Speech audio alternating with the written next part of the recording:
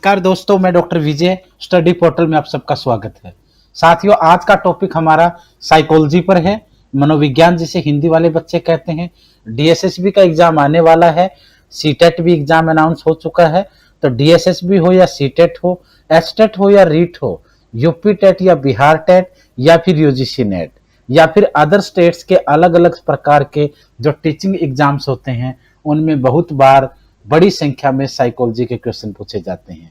इसी के साथ साथ अगर आपको कोई इंटरव्यू फेस करना है या इंटरव्यू के लिए बच्चों को ट्रेन करना है, तो भी साइकोलॉजी के क्वेश्चन आपके लिए जरूरी हो जाते हैं। यानी ये एक ऐसी चीज है जिसके बिना न तो किसी कॉम्पिटिटिव एग्जाम्स को क्रैक कर सकते, ना ही किसी एग्जाम के इंटरव्यू को पास कर सकते, और उसी के साथ साथ टीचिंग लाइन में तो इसका बहुत ज़्यादा महत्व माना जाता है। आज साइकोलॉजी पे हम 40 ऐसे मोस्ट इंपोर्टेंट क्वेश्चन को डिस्कस करेंगे जो बार बार अलग अलग प्रकार के एग्जाम का हिस्सा होते हैं। इसी के साथ दोस्तों, चैनल सब्सक्राइब नहीं किया है तो प्लीज़ कर लीजिए, वीडियोज़ को लाइक ज़रूर किया करें। एक दोस्त के साथ अगर वो वीडियो मिलती है तो दूसरे दोस्तों के साथ ज़रूर पहुंचाएं, क्योंकि न जाने हमारी एक शेयर वीडियो से किसी साथी का 1-2 नंबर ठीक हो जाए, और एक एक नंबर की वैल्यू एग्जाम में क्या होती है ये आप अच्छी तरह जानते हैं। आइए देखते हैं साइकोलॉजी के क्वेश्चन। सबसे पहला क्वेश्चन दोस्तों, मनोविज्ञान के जनक माने जाते हैं यानी फादर ऑफ साइकोलॉजी या फाउंडर ऑफ साइकोलॉजी किसे कहा जाता है? आंसर है दोस्तों विलियम जेम्स। विलियम जेम्स को मनोविज्ञान यानी साइकोलॉजी का फादर या फाउंडर माना जाता है। क्वेश्चन नंबर 2, मनोविज्ञान को व्यवहार का निश्चित विज्ञान किसने माना है? किसने कहा है कि जो साइकोलॉजी है वो व्यवहार का एक निश्चित साइंस है? तो आंसर है वाटसन। वाटसन का ये कहना था कि मनोविज्ञान जो है वो प्रैक्टिकल यानी व्यवहार का एक निश्चित ज्ञान या विज्ञान या साइंस कह सकते हैं हम उसको। क्वेश्चन नंबर 3, मनोविज्ञान अध्ययन है, psychology is a study of व्यवहार का वैज्ञानिक अध्ययन। वही क्वेश्चन उन्होंने थोड़ा सा ट्विस्ट करके दिया है, यानी साइकोलॉजी जो है वो एक स्टडी है, किसका? व्यवहार का वैज्ञानिक अध्ययन। यानी आप अपने बिहेव का जो साइंटिफिक स्टडी है उसे ही हम लोग साइकोलॉजी स्टडी मानते हैं। क्वेश्चन नंबर 4, साइकोलॉजी शब्द जिन 2 शब्दों से मिलकर बना है वो क्या है? साइकोलॉजी दोस्तों साइको प्लस लोजोस से बना है। साइके प्लस लोजोस से साइकोलॉजी बना है। साइकोलॉजी को हम लोग मनुष्य के मस्तिष्क का या मनोज्ञान विज्ञान के रूप में जानते हैं। क्वेश्चन नंबर 5, शिक्षा को सर्वांगीण विकास का साधन माना जाता है।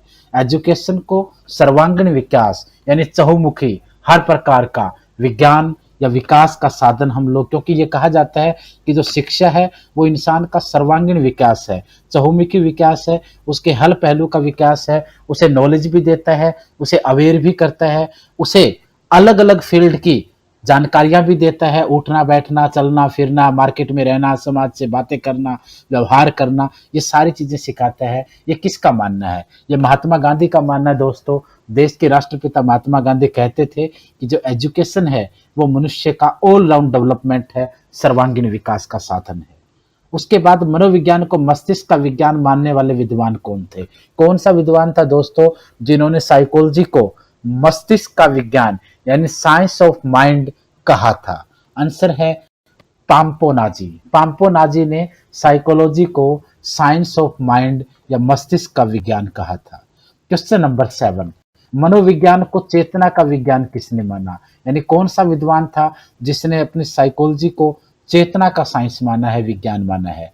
आंसर है वुंट, वाइस और जेम्स। वुंट, वाइस और जेम्स तीनों ने ही मनोविज्ञान यानी साइकोलॉजी को चेतना का विज्ञान कहा है। क्वेश्चन नंबर 18, प्रयोगात्मक मनोविज्ञान यानी प्रैक्टिकल जो साइकोलॉजी है उसके जनक कौन थे? प्रयोगात्मक मनोविज्ञान के जनक वुंट को माना जाता है। वुंट प्रयोगात्मक मनोविज्ञान के फाउंडर या जनक कहे जाते हैं। क्वेश्चन नंबर 9, वर्तमान में मनोविज्ञान को माना जाता है यानी एट प्रेजेंट साइकोलॉजी को क्या कहा जाता है? व्यवहार का विज्ञान, ए साइंस ऑफ प्रैक्टिकलिटी या प्रैक्टिकल साइंस के रूप में हम इसको काउंट कर सकते हैं, क्योंकि जैसे इंसान का मनोविज्ञान होगा उसका साइकोलॉजिकल स्टैंडर्ड होगा, उसी प्रकार का व्यवहार वो समाज के लोगों के साथ करेगा। इसी वजह से हम लोग मनुष्य क्या जो मनोविज्ञान है उसकी जो साइकोलॉजी है उसको हम लोग व्यवहार का विज्ञान कहते हैं, क्योंकि ये सीधा सा सवाल है और जवाब भी इसका यही रहेगा कि हर इंसान को पता है कि जैसा इंसान का मस्तिष्क काम करेगा, जैसा इंसान व्यवहार में या साइकोलॉजी के आधार पर होगा, उसी प्रकार का उसका दूसरों के साथ बिहेव रहेगा। क्वेश्चन नंबर 10, मनोविश्लेषणवाद के प्रवर्तक कौन थे? कौन इंसान मनोविश्लेषणवाद यानी साइकोलॉजी स्टैंडर्ड के फाउंडर थे, प्रवर्तक थे? प्रवर्तक के रूप में दोस्तों फ्रायड, फ्रायड को मनोविश्लेषणवाद का प्रवर्तक माना जाता था, उसका फॉलोवर या उसमें ब्लाइंडली ट्रस्ट करने वाला कहा जाता था। क्वेश्चन नंबर 11, मानसिक परीक्षण की विधि विकसित करने वाले विद्वान कौन थे? कौन सा विद्वान था जिसने मेंटली या साइकोलॉजिकली एक्सपेरिमेंट का मेथड तैयार किया था, विकसित किया था? बिने, बिने ने मानसिक परीक्षण की विधि विकसित करने का कार्य किया था। क्वेश्चन नंबर 12, मनोविज्ञान का शिक्षा के क्षेत्र में योगदान नहीं है। ऐसा कौन सा इंसान था जिसने कहा कि जो मनोविज्ञान है, साइकोलॉजी है, उसका एजुकेशन के फील्ड में कोई योगदान नहीं है? तो दोस्तों ये विचार था शिक्षा के सैद्धांतिक पक्ष पर बल देने वाले। जो लोग एजुकेशन के थ्योरेटिकल यानी सैद्धांतिक पक्ष में पहलू पर ध्यान देते हैं, वो कहते हैं कि मनोविज्ञान का शिक्षा में कोई योगदान नहीं है। यानी कहने का मतलब है दो प्रकार की सोच समाज के अंदर शुरू से ही देखने को मिली है। एक वो लोग जो ये कहते हैं कि जो एजुकेशन है वो थ्योरेटिकली है, दूसरे वो हैं जो लोग कहते हैं कि नहीं, बिल्कुल नहीं है, एजुकेशन सिर्फ थ्योरेटिकली ही नहीं है बल्कि वो साइकोलॉजिकली भी है। एक मनुष्य के मनोविज्ञान का भी एजुकेशन में एक अलग योगदान होता है। ये एक अलग सी थ्योरी मार्केट में रहती है। मनोविज्ञान का शिक्षा के क्षेत्र में योगदान है, ये काफी लोग मानते हैं, बट जो ये मानते हैं कि नहीं है वो सैद्धांतिक पक्ष पर ज्यादा जोर देते हैं। क्वेश्चन नंबर 13, आधुनिक मनोविज्ञान का संबंध व्यवहार की वैज्ञानिक खोज से है। यानी मॉडर्न जो साइकोलॉजी है उसका जो संबंध है वो व्यवहार की वैज्ञानिक खोज से है, यानी scientific research of the behave nature. उसका क्या, किसकी डेफिनेशन ये रही है? आंसर होगा मन। मन के अनुसार ये कहा गया कि आधुनिक मनोविज्ञान का संबंध जो है वो व्यवहार की वैज्ञानिक खोज से है। क्वेश्चन नंबर 14, मनोविज्ञान के अंग्रेजी पर्याय साइकोलॉजी शब्द की उत्पत्ति कहाँ से हुई या कैसे हुई? तो ये कहता है कि मनोविज्ञान को जब हम अंग्रेजी में साइकोलॉजी बोलते हैं तो उस वर्ड की शुरुआत के बारे में पूछता है, किस शब्द से हुई? ये हमने पहले डिस्कस किया है कि किस शब्द से हुई। वो शब्द जो है वो किस भाषा का है? ग्रीक, यूनानी भाषा का शब्द है और वहीं से साइकोलॉजी की शुरुआत हुई है। उसके बाद है 15, क्वेश्चन नंबर 15, शिक्षा मनोविज्ञान की विषय सामग्री संबंधित है। शिक्षा मनोविज्ञान की विषय सामग्री संबंधित है किससे? सीखने से। क्योंकि एजुकेशनल जो साइकोलॉजी है वो सीखने से तैयार होती है। जैसे जैसे आप उसके हिसाब से सीखते जाते हो आप उसमें पारंगत होते जाते हो। क्वेश्चन नंबर 16, मनोविज्ञान को विशुद्ध विज्ञान माना जाता है। यानी ये कहा जाता है कि जो साइकोलॉजी है वो शुद्ध ज्ञान नहीं है बल्कि विशुद्ध है, कंप्लीट नहीं है, परिपक्व नहीं है, बल्कि अधूरा है या फिर गलतियों का पुतले के रूप में भी उसको आप काउंट कर सकते हो। क्यों? क्योंकि मनोविज्ञान जो है वो शुद्ध ज्ञान तो नहीं हो सकता, उसको आप साइंटिफिक कसौटी पे नहीं कर सकते। कहीं पे वो ठीक हो सकता है तो कहीं पे वो गलत हो सकता है। आपके एंगल में कोई चीज ठीक हो सकती है, हमारे एंगल में वो चीज हो सकता है कि ना ठीक हो या गलत हो। उसके बाद जेम्स ड्रेवर का कहना था कि जो मनोविज्ञान है वो विशुद्ध विज्ञान है, वो शुद्ध विज्ञान नहीं है, साइंटिफिक साइंस नहीं है, बल्कि साइंटिफिक साइंस के रूप में हम उसको काउंट नहीं करते हैं, बल्कि वो अशुद्ध है, विशुद्ध है। 17वां क्वेश्चन, मनोविज्ञान मन का वैज्ञानिक अध्ययन है, यह कथन किसका है? यानी किस इंसान ने कहा कि जो साइकोलॉजी है वो एक माइंड का साइंटिफिक स्टडी या रिसर्च है? तो दोस्तों ऐसा कहने वाले वैलेंटाइन थे। वैलेंटाइन का कहना था कि जो मनोविज्ञान है वो मन का वैज्ञानिक अध्ययन है। मनोविज्ञान है, मनोविज्ञान क्या है? मनोविज्ञान दोस्तों एक विधायक विज्ञान है। मनोविज्ञान को विधायक विज्ञान भी हम कहते हैं।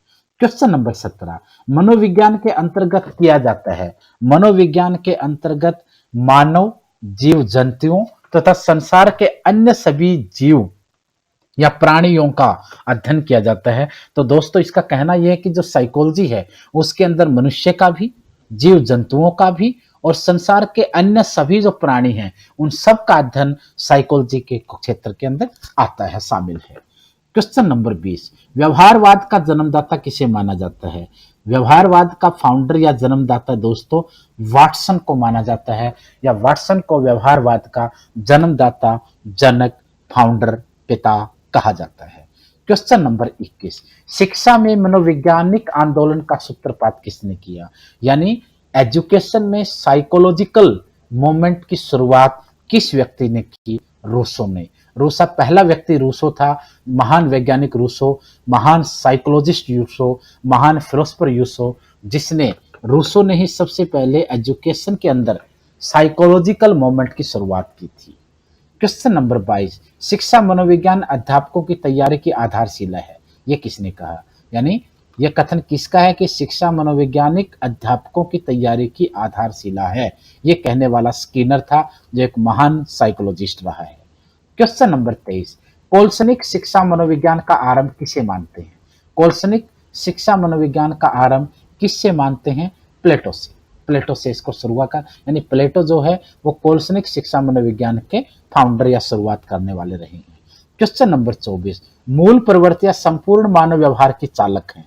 यानी जो मूल प्रवृत्तियां हैं वो कंप्लीट मानव व्यवहार की चालक हैं, ड्राइवर के रूप में हैं। ये किसका कहना था? ये दोस्तों मैकडूगल का कहना था। मैकडूगल कहता था कि मूल प्रवृत्तियां संपूर्ण मानव व्यवहार के चालक के रूप में काम करती हैं।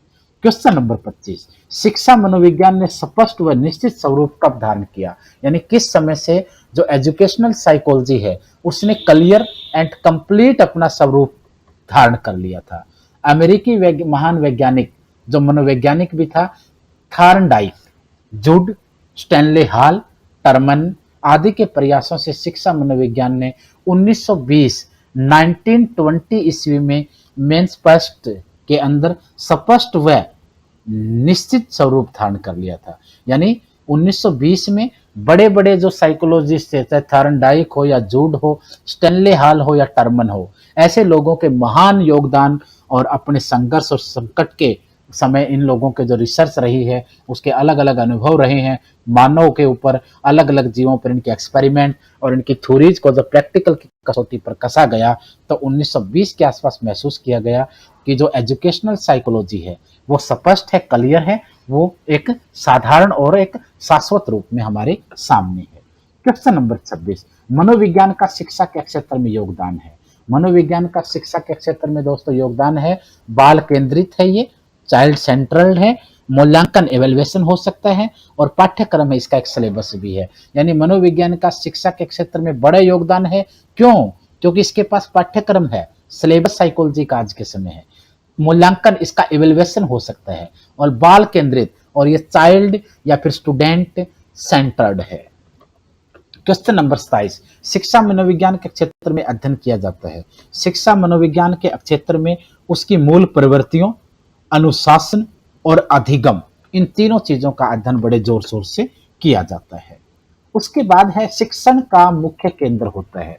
शिक्षण का मुख्य केंद्र दोस्तों बालक होता है, क्योंकि जो टीचिंग है उसका जो चीफ सेंट्रल पॉइंट है वो बालक होगा, स्टूडेंट होगा, क्योंकि स्टूडेंट के चारों तरफ ही हम एक अलग सा नेट बना करके उसको एजुकेट करने की कोशिश करते हैं। वो किस तरीके से सीखेगा, कहाँ से वो गलतियां करने से बचेगा, कितना उसको सीखना चाहिए, कैसे कैसे स्टेज पर उसको कितनी अपनी स्पीड को सीखने के, पढ़ने की चीज़ों को बढ़ाना चाहिए, ये सारी चीज़ें शिक्षण के मुख्य केंद्र के रूप में बालक पर लागू होती हैं।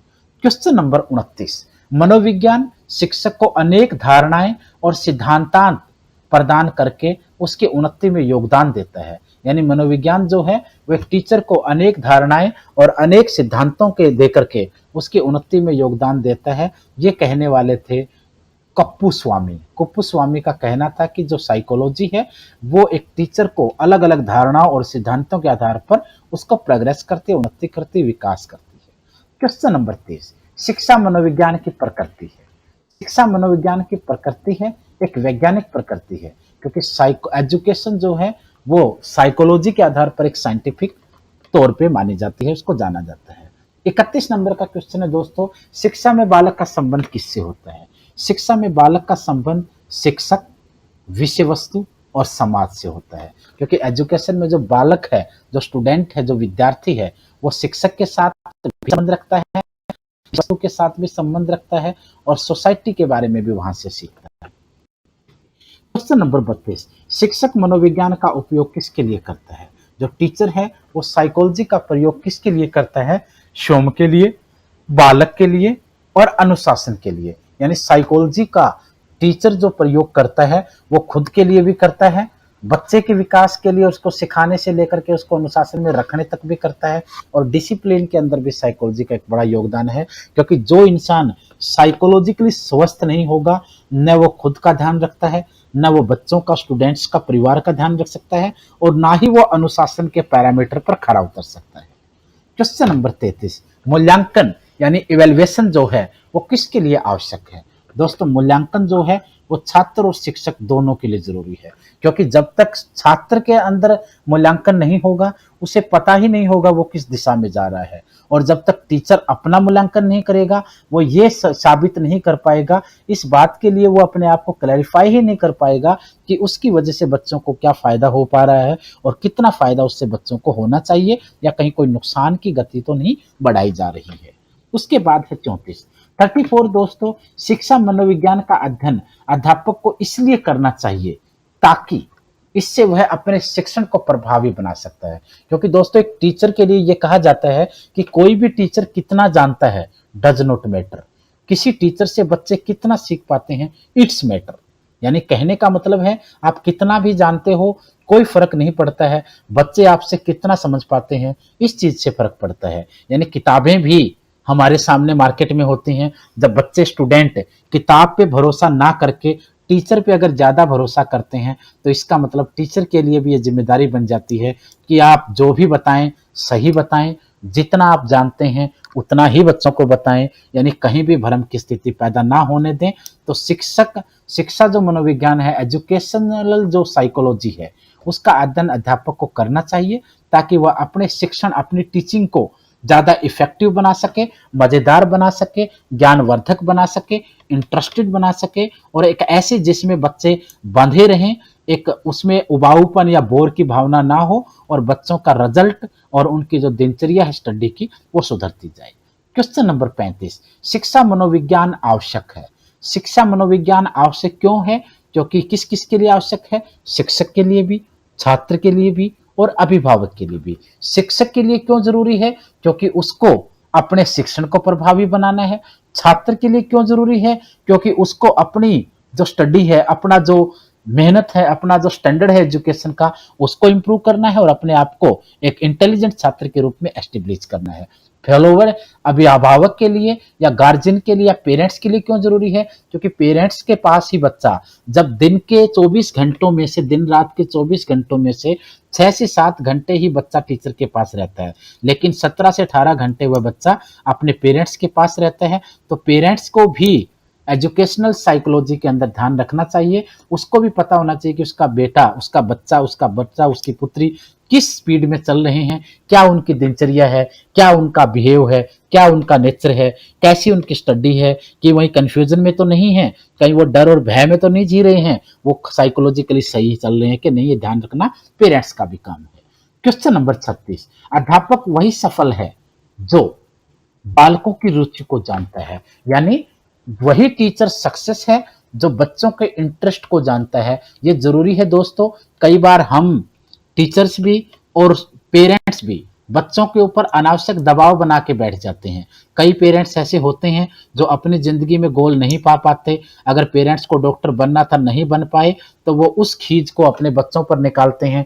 बच्चे के जन्म से ही वो ये सपना पाल बैठते हैं कि मेरा बेटा डॉक्टर बनेगा, लेकिन वो कभी ये सोचने की, महसूस करने की कोशिश ही नहीं करते कि उसके बेटे का जो रुचि है, जो इंटरेस्ट है, वो डॉक्टर में नहीं है, वो साइंटिस्ट में है। वो डॉक्टर में नहीं है, वो इंजीनियर में है। वो डॉक्टर में नहीं है, वो क्रिकेटर में है। यानी कहने का मतलब है, चाहे टीचर हो और चाहे पेरेंट्स हो, सक्सेस वही होता है जो अपने बच्चों की, अपने स्टूडेंट्स की, अपने फॉलोवर्स के इंटरेस्ट को पहचानने की कोशिश करता है और उसको ठीक करने में, उसको फॉलो करने में उसकी मदद करता है। उसी समय हम उसको सफल मान सकते हैं। उसके बाद है कक्षा से पलायन करने वाले बालकों के प्रति आपका व्यवहार क्या होगा। यानी आप एक भरी पूरी क्लास ले रहे हैं, लेकिन जैसे ही आप आते हैं बच्चे उठना शुरू कर देते हैं, जिस दिन आप नहीं आते बच्चे जश्न मनाना शुरू कर देते हैं, जैसे ही आप लोगों ने थोड़ा सा डांटना शुरू किया बच्चे निकलने की कोशिश करने लग जाते हैं। यानी कक्षा से बच्चों का जो पलायन है उसके प्रति आपका क्या व्यवहार होगा। निंदात्मक, निदानात्मक दोस्तों, निदानात्मक का मतलब होता है अगर कक्षा से बच्चे पलायन करते हैं तो आपको वो तरीके खोजने पड़ेंगे जिससे आप उनको रोक सको, आपको वो कारण, वो रीजन पता करने पड़ेंगे जिनकी वजह से वो जाते हैं, वो पलायन करते हैं। आपको अपने अंदर भी सुधार करना पड़ेगा, जो भी कमी है अगर टीचर की वजह से बच्चे क्लास से पलायन कर रहे हैं तो कमी हमारे अंदर है। हमें देखना पड़ेगा कि कहाँ फॉल्ट है, क्या बच्चों को हम ध्यान नहीं दे पाते हैं, क्या बच्चों की टीचिंग के लिए, बच्चों के लिए जो टीचिंग कर रहे हैं उसको हम इंटरेस्ट नहीं दे पा रहे हैं, या फिर वो क्लैरिफिकेशन हमारे अंदर नहीं है जो बच्चा हमें एक्सपेक्ट करता है। यानी अपनी टीचिंग को हमने इतना इंटरेस्टिंग और रुचि वाला बनाना पड़ेगा कि बच्चा अगर ना आ पाए तो उसे ये दुख हो कि आज सर की क्लास में या मैम की क्लास में मैं नहीं आ पाया। यानी वो आने के बाद जाने की तो सोचे ही ना, बल्कि अगर नहीं आ पाया है तो उसे इस बात का पछतावा हो कि मेरी ये क्लास बच गई। यानी इतना इंटरेस्टेड आप अपनी क्लास को बनाने की कोशिश करिए, टीचिंग मेथड के हिसाब से भी और क्लास के इन्वायरमेंट के हिसाब से भी। क्वेश्चन नंबर 38, शिक्षा मनोविज्ञान व्यक्ति के जन्म से वृद्धावस्था तक सीखने के अनुभव का वर्णन एवं व्याख्या करती है। यह कहता है कि जो एजुकेशनल साइकोलॉजी है वो व्यक्ति के बर्थ से लेकर के उसके ओल्ड एज यानी बुढ़ापे तक सीखने के अनुभव का वर्णन करती है। उसने क्या क्या सीखा, क्या क्या एक्सपीरियंस रहे, इस सब को बताती है और उसको एक्सप्लेन भी करती है। यह कथन किसका था? यह कथन दोस्तों क्रो का था। क्रो दुनिया के एक महान साइकोलॉजिस्ट रहे हैं। उनका यह कहना था कि जो एजुकेशनल साइकोलॉजी है वो मनुष्य के जन्म से लेकर के उसके बुढ़ापे तक उसने क्या सीखा, उनके अनुभव, एक्सपीरियंस को वर्णन भी करती है, एक्सप्लेन भी करती है और उसके बारे में बताती भी है। क्वेश्चन नंबर 39, शिक्षा मनोविज्ञान एक शिक्षक के लिए मूल्यवान है, उसका सबसे महत्वपूर्ण कारण क्या है? जो एजुकेशनल साइकोलॉजी है या जो एजुकेशनल साइकोलॉजिकल साइंस जो है वो एक टीचर के लिए मूल्यवान है, उसका सबसे महत्वपूर्ण कारण क्या है? उसका सबसे महत्वपूर्ण कारण है दोस्तों, उसे विद्यार्थी के बारे में ज्ञान मिलता है। यानी जो एजुकेशनल साइकोलॉजी साइंस है उसकी वजह से जो टीचर है वो बच्चों के या विद्यार्थियों के बारे में पूरा ज्ञान प्राप्त कर सकता है। अगर आप इस कला में माहिर हैं तो आप अपने बच्चों को अंडरस्टैंड करने में कभी गलती महसूस नहीं करेंगे। अपने स्टूडेंट्स, फॉलोवर्स या विद्यार्थियों को अच्छी तरीके से आप अंडरस्टैंड कर सकते हैं और उनके भविष्य को संवार सकते हैं। क्वेश्चन नंबर 40, मनोविज्ञान शिक्षा का आधारभूत विज्ञान है, यह कथन किसका है? यानी जो साइकोलॉजी है वो शिक्षा का एक बेसिक साइंस है, एक स्ट्रक्चरल साइंस है। यह कथन किसका है? यह कथन स्किनर का है। स्किनर ये कहता था कि जो मनोविज्ञान है वो शिक्षा का एक आधारभूत साइंस है। यानी साइकोलॉजी जो है वो एजुकेशन का एक बेसिक साइंस है, एक स्ट्रक्चरल साइंस है। उसी के साथ दोस्तों आज की वीडियो में ये 40 क्वेश्चन थे। कल की वीडियो में फिर मैं ऐसी क्वेश्चन लेके आऊंगा। उम्मीद है आप लोगों को वीडियो पसंद आई होगी, इसलिए प्लीज नोट डाउन कर लें, 2-2, 3-3 बार देख करके इसकी प्रैक्टिस करें, ताकि हम किसी चीज को बार बार रिवाइज करते हैं तभी हम उसको याद कर पाते हैं। दोस्तों के साथ शेयर जरूर करना है, वीडियो को लाइक और कमेंट करना है।